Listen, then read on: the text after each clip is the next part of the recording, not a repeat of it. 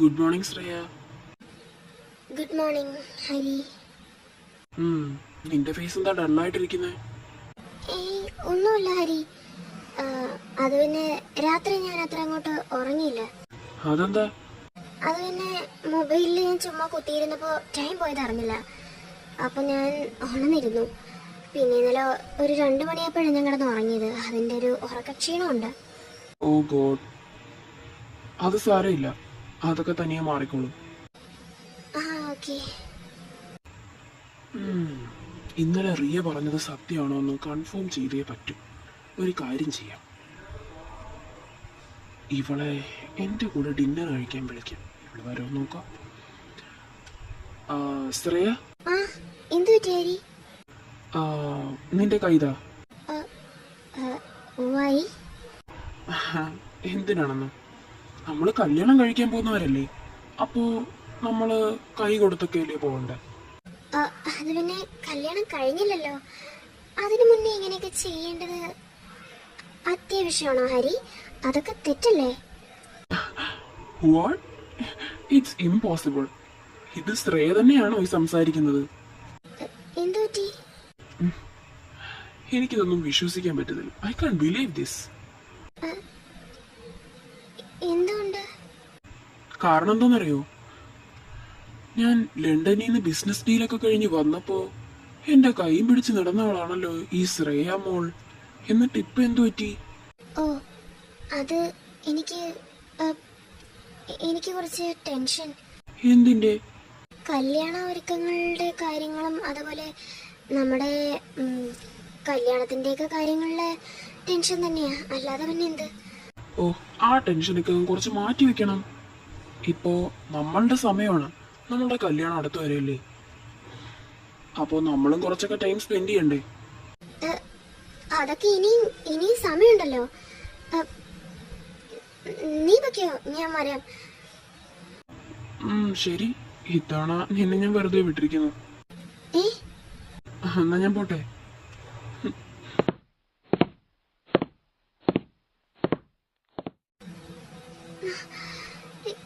ഈ ഹരി എന്താ ഇങ്ങനെയൊക്കെ സംസാരിക്കുന്നത്? എന്തൊക്കെയോ മനസ്സിലായതുപോലെ, അറിഞ്ഞു വെച്ചുകൊണ്ട് സംസാരിക്കുന്ന പോലെ. ഈ ഹരിയുടെ സംസാരത്തിൽ എന്തൊക്കെയോ പന്തികേടുകളുണ്ട്. സൂക്ഷിച്ചു നടക്കണം. അല്ല, ഞാനെന്തിനാ സൂക്ഷിക്കുന്നേ? മോമല്ലേ സൂക്ഷിക്കേണ്ടത്. ഈ കല്യാണം നിലയിൽ നിന്ന് മുടങ്ങിയാന്ന് മതിയെന്നാ എന്റെ ആഗ്രഹം. ഹരിക്കെല്ലാം ഒന്ന് മനസ്സിലായാൽ മതിയായിരുന്നു. അവ സ്വയം മനസ്സിലാക്കുന്നെങ്കിൽ അങ്ങനെ. ഈ കല്യാണം എങ്ങനെയെങ്കിലും മുടക്കിയെങ്കിൽ എനിക്കൊന്ന് രക്ഷപ്പെടായിരുന്നു.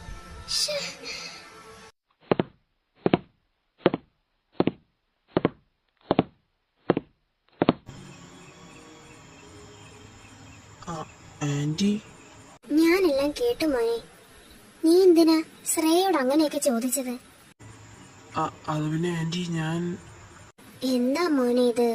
കല്യാണം പോലും കഴിഞ്ഞിട്ടില്ല, അതിനു മുന്നേ ഇങ്ങനെയുള്ള ചോദ്യങ്ങളൊക്കെ എന്തിനാ മോനെ? അവളൊരു പാവോ. അവളുടെ മനസ്സ് നീ എന്തിനാ മോനെ ഇങ്ങനെ വേദനിപ്പിക്കുന്നേ? ആന്റി, ഞാൻ മനഃപൂർവ്വം ചോദിച്ചതൊന്നുമല്ല. പിന്നെ നീ ഇത് അറിയാണ്ട് ചോദിച്ചതാണോ? ഞാനെല്ലാം കേട്ടു.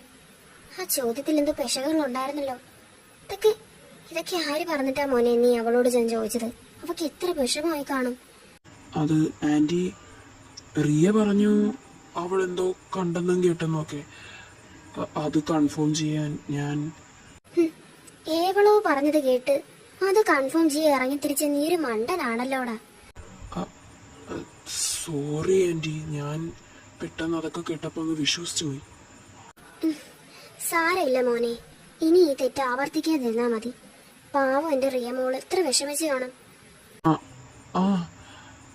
എന്നാലും എനിക്കൊരു സംശയം അല്ലാതെ ഉണ്ട്. എന്താ മോനെ? സാധാരണ എന്റെ കൈ പിടിച്ച് നടക്കുന്ന ആളാ ശ്രേയ. പക്ഷെ ഇപ്പോ ഞാൻ കൈ പിടിക്കാൻ പറഞ്ഞപ്പോ അവളെന്തോ ഒഴിഞ്ഞു മാറുന്ന പോലെ തോന്നി. മോനെ, അത് ഇപ്പൊ അവക്ക് ചടങ്ങുകളോടൊക്കെ ഭയങ്കര താല്പര്യമാണ്. പിന്നെ കല്യാണത്തിന് മുന്നേ നിയമങ്ങളൊക്കെ കുറെ ഉണ്ടല്ലോ, അത് പാലിക്കാൻ ഞാൻ അവളോട് പറഞ്ഞിട്ടുണ്ട്. അതനുസരിച്ച് ചെയ്യുന്നതാവും മോനെ. അതൊക്കെ ഇത്ര വലിയ കാര്യമാക്കുന്ന എങ്ങനാ നീ? ഇനി ഈ തെറ്റ് ആവർത്തിക്കില്ല ആന്റി. എന്നാ മോച്ചില്ലേ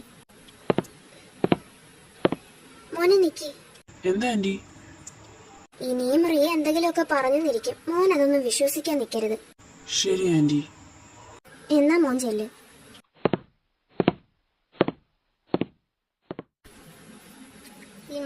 ഈ റിയ കാണുന്നണക്കല്ല, ഭയങ്കരിയാ. അവളുടെ ആ 2 കണ്ണുകളും എന്നിലും എന്റെ മോളുടെയും പിറത്തുണ്ട്. ആ, അവളുടെ ആ 2 കണ്ണ് കുത്തി പൊട്ടിച്ചിട്ടാണെങ്കിൽ ശരി, ഈ കല്യാണം ഞാൻ നടത്തും. നടത്തിയില്ലെങ്കിൽ എന്റെ പേര് മിസ് കൃഷ്ണ എന്നല്ല. അവളൊരു അസിസ്റ്റന്റ്, വെറും ഒരു വെഡിങ് ഓർഗനൈസർ മാത്രം. അവൾ ഇവിടെ ഇടപെടാൻ വന്ന വിവരം അറിയും. മിസ് കൃഷ്ണ ആരാണെന്നുള്ള കാര്യം അവൾ അറിയും. ഇനി അവളുടെ മേലെ എന്റെ 2 കണ്ണുണ്ടാകേണ്ടത് അത്യാവശ്യമാണ്.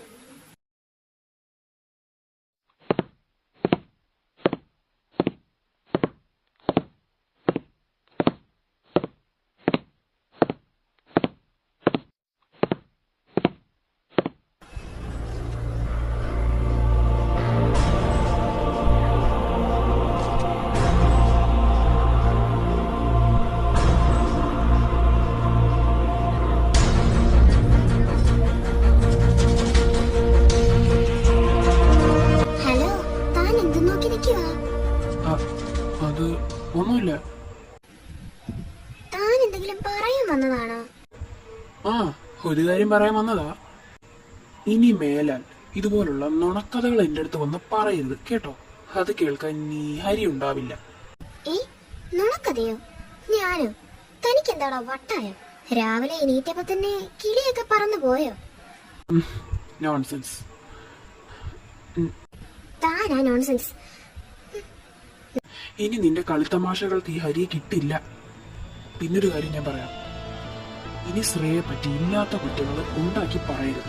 ശ്രേയക്ക് എന്നെ കല്യാണം കഴിക്കാൻ 100% സമ്മതമാണ്. അതെന്ന് ഞാൻ അതെന്ന് എനിക്ക് മനസ്സിലാവുകയും ചെയ്തു. ശ്രേയ പറഞ്ഞോ ഇല്ലയോ എന്നുള്ളത് നീ അറിയണമെന്നില്ല. അതൊക്കെ എന്റെ പേഴ്സണൽ കാര്യങ്ങളാണ്. പക്ഷെ താൻ ഇങ്ങനെയൊക്കെ പറഞ്ഞ എങ്ങനെയാ? ഞാൻ കാണുകയും കേൾക്കുകയും ചെയ്ത. മിണ്ടരുത്. ഇനി നീ ഒരക്ഷരം മിണ്ടരുത്.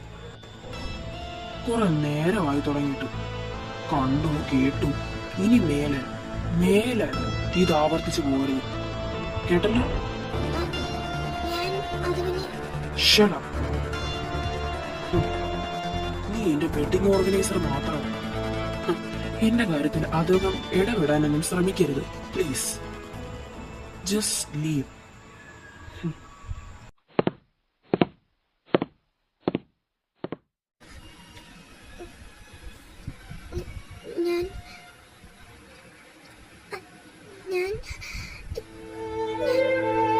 ഞാനൊന്നും ചെയ്തില്ലല്ലോ. സത്യമല്ലേ പറഞ്ഞുള്ളൂ. അതിന് ഇയാളെന്തിനാ എന്നോട് ദേഷ്യപ്പെടുന്നത്?